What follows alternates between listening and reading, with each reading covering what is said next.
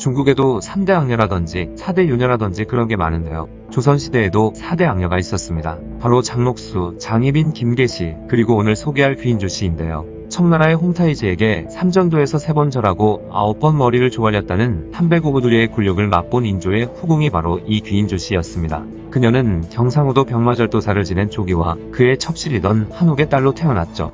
그런데 그녀는 첩의 딸인 서녀의 신분이었지만 외모가 이쁘다 보니 인여왕후의 형부이던 정백창의 주선으로 바로 내명고 종사품 수권으로 입궁을 하게 되었죠. 이에 이명주는 이는 분명히 부정한 방법으로 입궁을 한 것이 틀림없을 것이니 조사를 해야 한다고 상소를 올렸지만 인조는 조씨가 너무 마음에 들었던 것인지 상소를 물리쳐버렸습니다. 그렇게 인조의 총애를 듬뿍 받는 조씨는 점점 아나무인이 되어버렸죠. 그녀가 얼마나 오만방자하게 굴었는지 오죽하면 실록에도 조씨가 폐하무도했다 라고 기록되어 있을 정도였으며, 심지어는 조씨는 성품이 간사하고 왕의 총애를 믿고 자신이 싫어하는 자들을 모함했다 라는 기록도 실록에 남아 있었습니다. 어쨌든 그녀는 인조를 잘 구워 삶았고 총애를 받는 만큼 승진도 빨랐는데요. 궁에 들어온 지 8년 만에 정사품 소원이 되었고 불과 2년 후엔 정사품 소용이 되었죠. 또한 인조는 다른 후궁들과의 사이에서는 자식이 없었지만 유독 조씨와의 사이에는 숭성군, 낙성군, 그리고 효명홍주 이렇게 셋이나 자식을 낳았죠.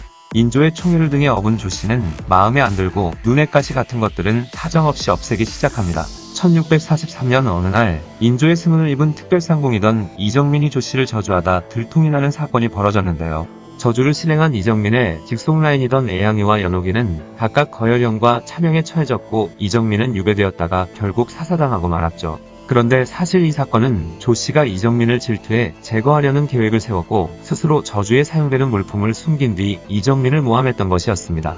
또 첫왕비 인여왕후가 아이를 낳다가 세상을 떠나자 인조는 44살의 나이로 15살밖에 안 된 장렬왕후를 세중전으로 맞이했죠. 인조가 어린 장렬왕후에게 빠져 자신이 밀려날 것을 염려한 소용조씨는 인조에게 계속해서 장렬왕후를 모함하는 말을 했습니다. 그러자 인조는 더 이상 장렬왕후를 찾지 않게 되었다고 하죠. 하지만 그녀가 조선 4대 악녀로 들어가는 결정적인 이유가 있었습니다. 그것은 바로 인조와 소현세자 사이를 갈라놓고 조선의 미래를 송두리째 꺾어버렸기 때문이죠. 소현세자는 병자호란 이후 청나라의 볼모로 잡혀가 8년 동안 청나라에서 살았는데요.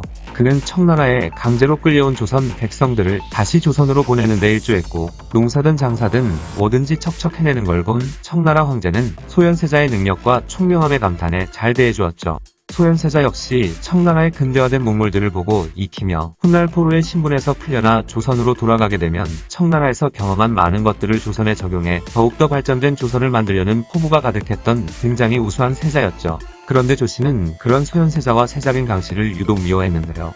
그녀는 틈만 나면 인조에게 세자부부를 모함했습니다. 소현세자가 청나라와 친하게 지내며 인조의 왕위를 넘본다고 이간질하기 시작했고, 소현세자가 돌아오면 인조와 바통터치해 세자가 왕이 되고 인조는 청나라의 볼모로 끌려가게 될 것이다 라는 모함도 하는 등 지속적으로 소현세자와 세자빈 강씨를 엄청 욕했는데요. 그러자 조씨에게 가스라이팅 당한 인조 역시 소현세자를 마땅치 않게 여기고 미워하기 시작한 것이죠. 거기다가 인조는 자신이 삼전도에서 청나라 놈들에게 엄청난 굴욕을 겪었는데 아들이란 놈은 청나라 놈들과 놀아나며 친하게 지내니 엄청 열받아 하긴 했습니다. 그렇게 8년간의 모진 볼모 생활을 견디고 1645년 조선으로 돌아온 소현세자는 청나라에 발전된 문물들을 인조에게 내보이며 인사를 드렸지만 돌아오는 건 의심의 눈초리를 한 인조의 차가운 냉대였습니다.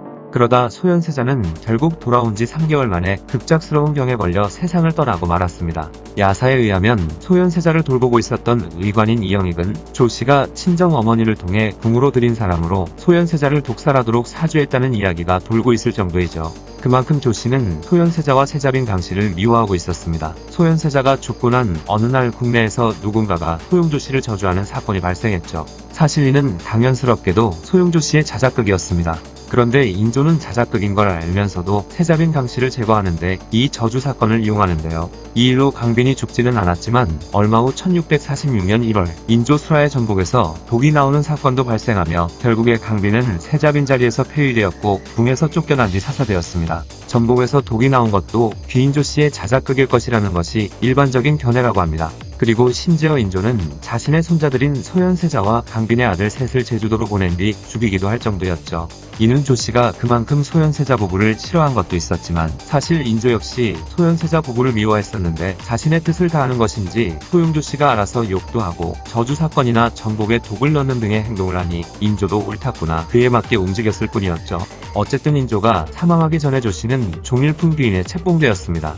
인조의 총애를 등에업고 신나게 부리던 귀인 조씨의 권세도 인조가 세상을 떠나면서 급격히 꺾이기 시작했는데요.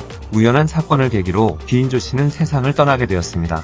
그 사건은 조씨는 며느리이던 숭성군의 아내가 마음에 들지 않았기에 딸 효명주의 여종이던 영희를 숭성군의 첩으로 삼았죠. 그런데 숭성군의 아내의 이모가 장렬왕후였고 그녀가 이모인 장렬왕후에게 하소연하자 분노한 장렬왕후는 영희를 잡아와 문초하기 시작했습니다.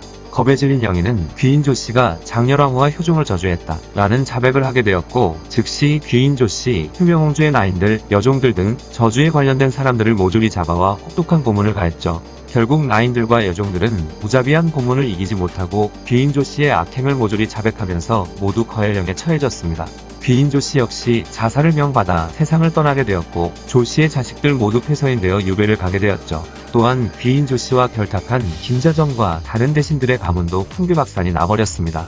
귀인 조씨는 무고한 사람들을 모함해 죽이고 소현세자 부부까지 모함을 해 결국 죽음에 이르게 한 인물로 평가되어 현재까지도 그녀의 평가는 좋지 못하죠. 어떻게 보면 귀인 조씨 역시 인조의 의중에 따라 움직였던 것일 수도 있지만 그녀가 행한 자작극으로 인해 많은 사람들이 죽거나 피해를 입은 걸 보면 조선 왕조의 대표 악녀로서는 부족함이 없어 보이네요. 조선의 미래 자체를 망쳐버린 조선시대 최악의 악녀 귀인 조씨에 대한 이야기였습니다. 영상을 봐주셔서 감사합니다. 더 재미있고 유익한 영상으로 다시 찾아뵙겠습니다. 구독과 좋아요 꾹 눌러주시고 댓글도 부탁드려요.